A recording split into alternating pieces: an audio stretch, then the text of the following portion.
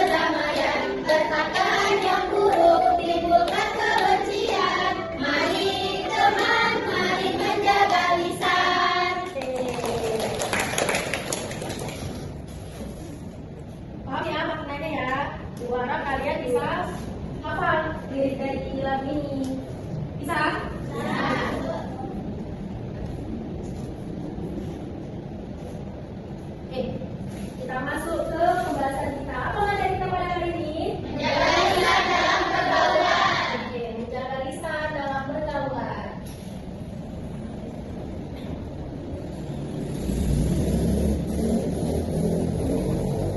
Ada yang tahu lisan itu apa? Tidak. Ya, sebelum kita masuk, ibu mau tanya. Pernah nggak anak-anak ibu di sini semua merasakan rasa bersalah ketika kita salah ucapan kepada seseorang?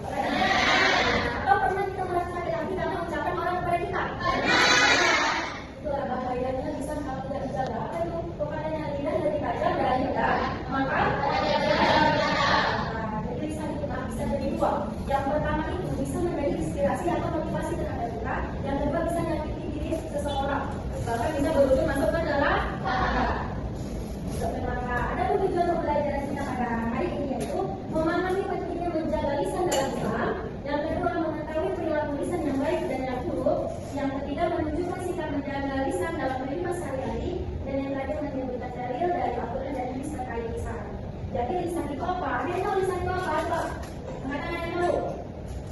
Apa yang dikeluarkan dari lisan? Iya benar. Ada lagi?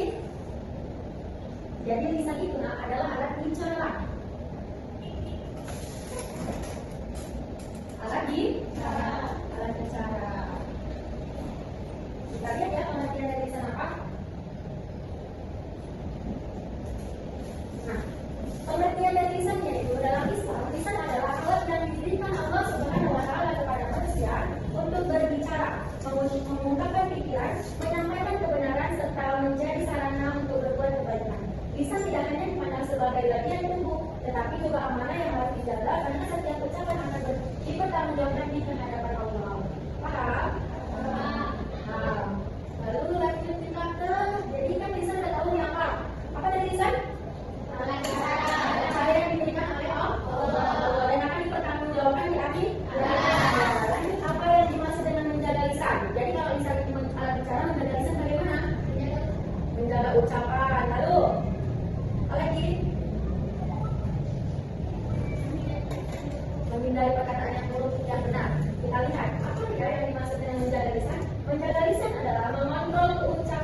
agar tidak menyakiti, menyinggung, atau merugikan orang lain, serta hanya mengucapkan yang benar, baik, dan benar.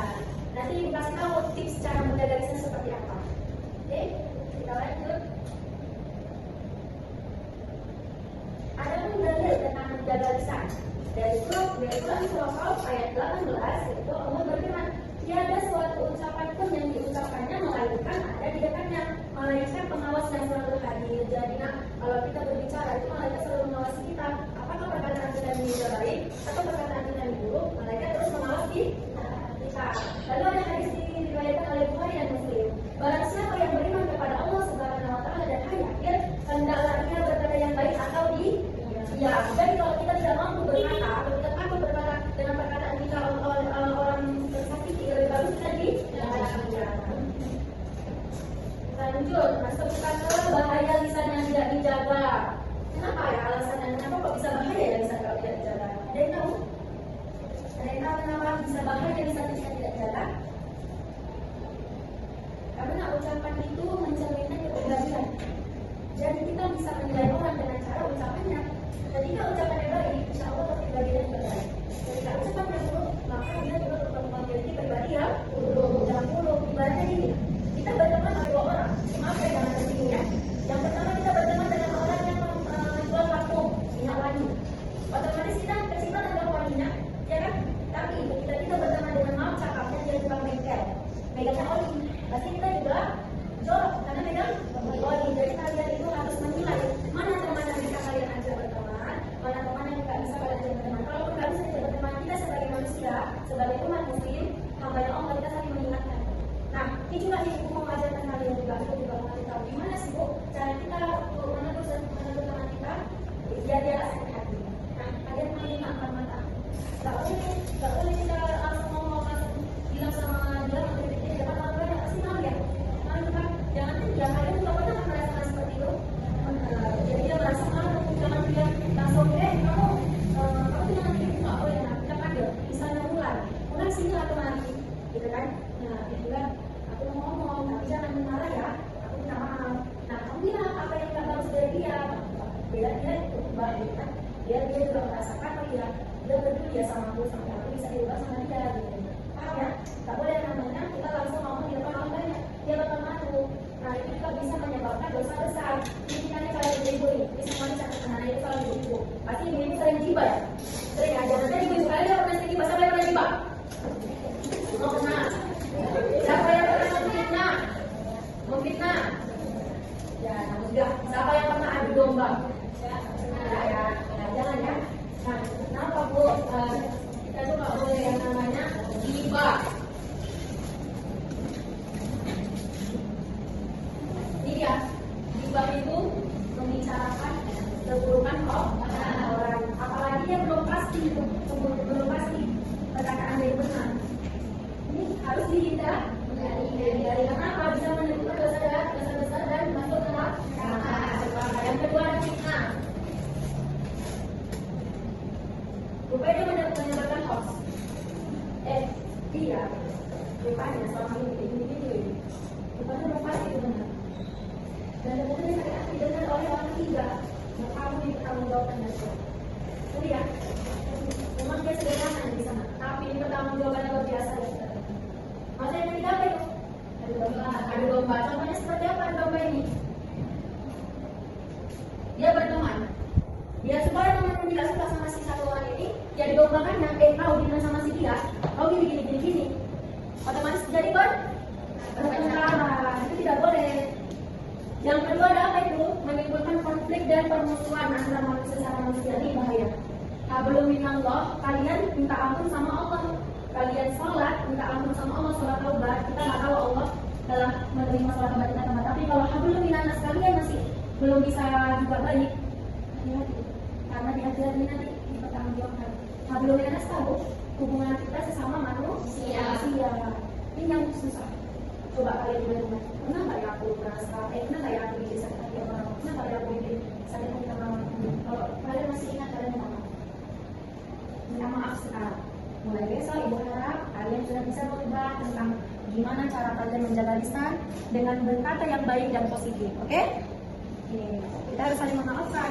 Nah, yang ketiga ada apa itu? Merusak persahabatan dan berdaulat dalam lingkungan. Pernah kalian cekcok dalam satu kelas? Pernah? Karena apa? Karena kesalahan. Ngelabrak. Kalau zaman sekarang namanya ngelabrak ya? Ngelabrak. Ngelabrak orang. Nah, boleh kan? Terus dihindari. Terus ada apa yang menyakiti hati orang lain? Baik sengaja maupun tidak sengaja. Ya, karena dia udah jelas tahu. Makanya ibu bilang nanti ada tips yang ibu kasih tahu. Gimana sih cara kita menjaga perkataan kita biar supaya hati kita nggak sakit hati. Kita next. Contoh perkataan yang harus dihindari. Yang pertama tadi apa? Tiba. Ya, tiba. Tiba itu menggunjing. Yang kedua? Nah, tahu? Yang ketiga? Yang keempat? Baru yang kelima? Ya, ini yang harus kalian hindari. Ini dosanya sangat besar. Ucapan kasar. Kalian pernah ya? Berkata kasar sama orang tua pernah? Sama guru pernah? Sama teman? Kita harus dijaga. Walaupun dia teman, walaupun dia seumuran kita harus menghormati oleh orang. Nah, baru lanjut ke berkata kotor dan tidak sopan, berbohong dan mengadu domba. Itu nggak boleh juga. Lanjut. Ini ada tips menjaga lisan. Tipsnya apa itu? Sebelum bicara.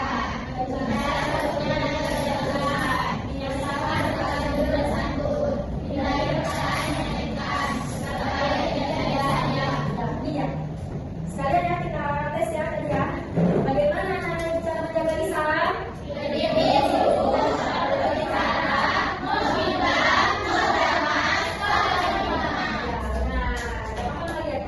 Kita masuk ke manfaat menjaga lisan. Menjaga lisan itu manfaatnya dicintai oleh Allah dan manusia, terhindar dari dosa besar, membangun pergaulan yang sehat dan damai, terus menjaga nama baik keluarga dan diri. Iya manfaatnya kalian dididik Allah, tidak berbuat yang dimurkai Allah, terhindar dari dosa besar, menjaga nama baik diri, membangun pergaulan yang sehat dan damai. Oke, sebelum masuk ke video ada yang di sini. Jaga ucapanmu karena kamu tidak tahu sedalam apa ucapanmu itu melukai hati orang lain. Jika ucapanmu baik maka selamat bagi. Namun jika ucapanmu melukai hati orang lain maka celaka bagi. Dan jika seseorang yang kamu lukai itu mengajukan rasa tidak kepada Allah, sungguh kamu dalam bahaya besar. Sebab doa yang dilahirkan dalam keadaan menangis akan cepat terkabul. Karena jika seseorang sampai menangis dalam doanya, sungguh sakit yang dirasakannya bukan main-main. Jadi kalau ada orang yang dizalimi berdoa, insya Allah langsung dikabulkan. Oke?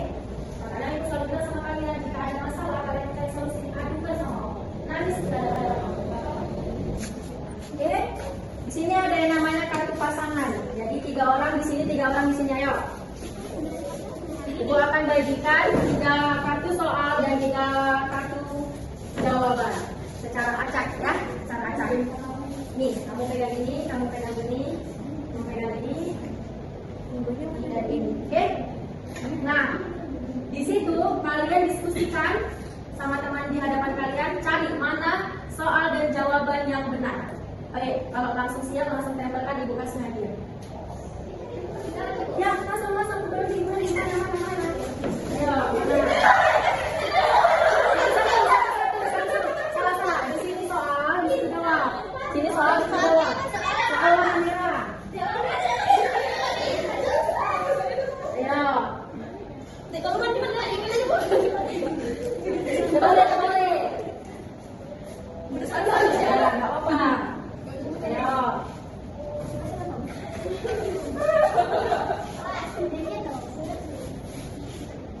Tinggal nggak boleh.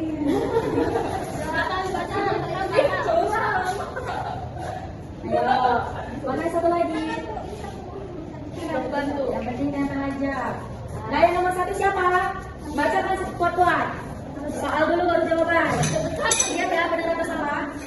Sebutkan satu contoh situasi di mana diam lebih baik daripada berbicara menurut prinsip menjaga lisan.